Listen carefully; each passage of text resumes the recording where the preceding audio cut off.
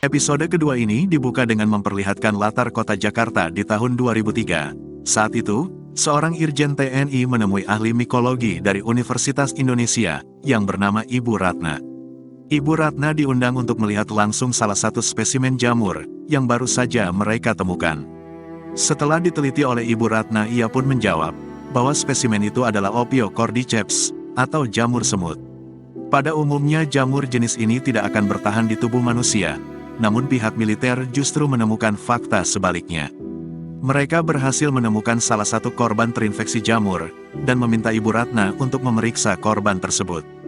Di kaki kiri korban itu ditemukan sebuah bekas gigitan manusia, namun anehnya begitu Ibu Ratna membuka bekas gigitan itu, jaringan tubuh si korban telah berubah total.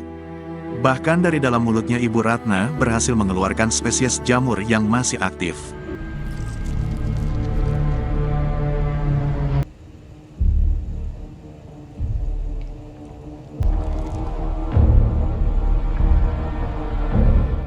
Irjen TNI kemudian menjelaskan bahwa korban itu ditemukan di sebuah pabrik tepung.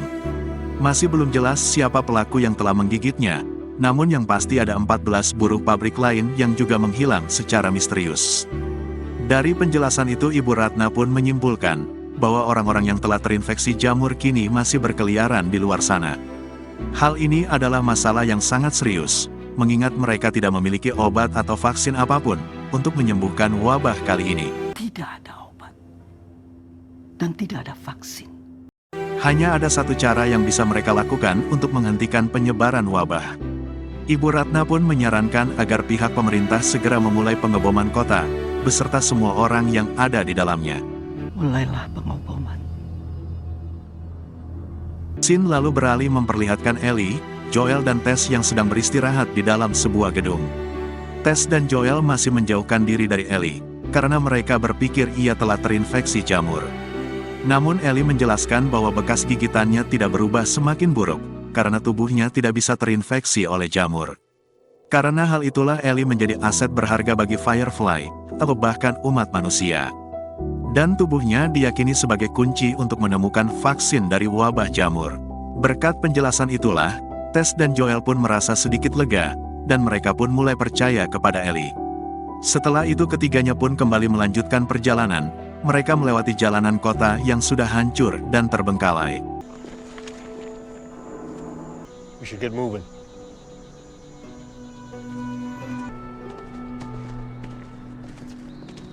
Di tengah perjalanan itu, Ellie pun menceritakan bagaimana pengalamannya saat ia digigit oleh zombie.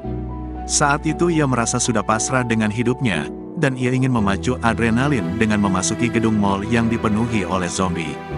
Saat itulah Ellie pun diselamatkan oleh Marlin, dan diteliti selama beberapa hari, untuk melihat apakah Ellie akan berubah menjadi zombie atau tidak. Singkat cerita Ellie, Joel dan Tess akhirnya sampai di sebuah gedung hotel. Mereka pun rela melewati lantai gedung yang berair, daripada harus melewati jalanan yang dipenuhi oleh zombie.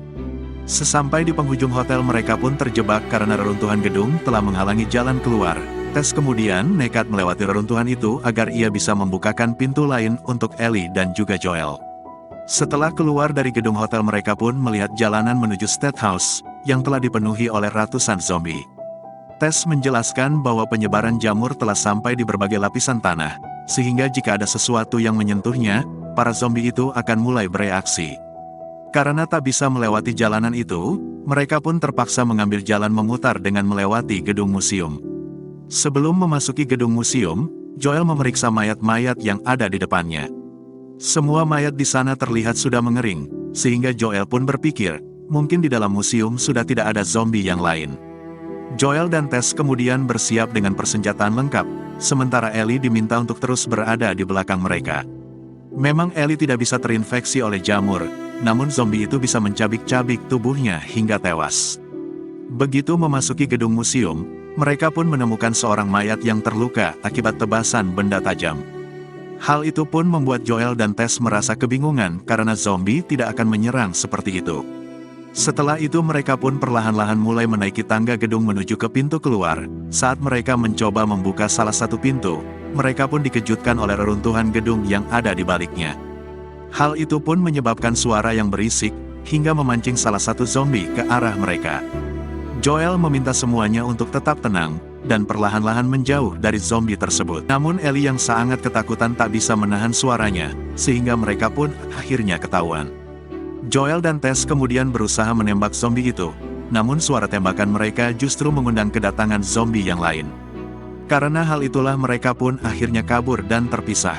Joel yang sedang bersembunyi, berusaha menambah persediaan peluru, karena pelurunya sudah hampir habis. Hingga akhirnya saat melihat Ellie, Joel menyuruhnya untuk pergi ke sisi yang lain, karena ia akan menyerang zombie tersebut. Dalam penyerangan itu, Joel sempat diserang oleh zombie, namun ia berhasil diselamatkan oleh Ellie. Beruntung Tess tiba di saat yang tepat, sehingga mereka pun bekerja sama dan berhasil menghabisi semua zombie yang ada di sana. Tak disangka akibat serangan tadi, Ellie lagi-lagi terkena gigitan zombie di lengannya. Namun karena ia kebal dari infeksi jamur, jadi Joel dan Tess tidak terlalu mengkhawatirkannya. Setelah perjalanan yang begitu panjang, Joel, Tess dan Ellie akhirnya sampai di State House. Mereka berencana akan bertemu dengan para anggota Firefly, sehingga Ellie bisa diserahkan, lalu Joel dan Tess akan mendapatkan bayaran. Sayangnya di sana mereka tidak menemukan siapapun, kecuali mayat para anggota Firefly yang berserakan. Hal itu pun membuat Tess sangat marah dan frustasi. Mereka telah melewati begitu banyak rintangan untuk sampai di tempat itu, dan kalau tidak ada hasil maka semua perjuangan mereka hanyalah sia-sia.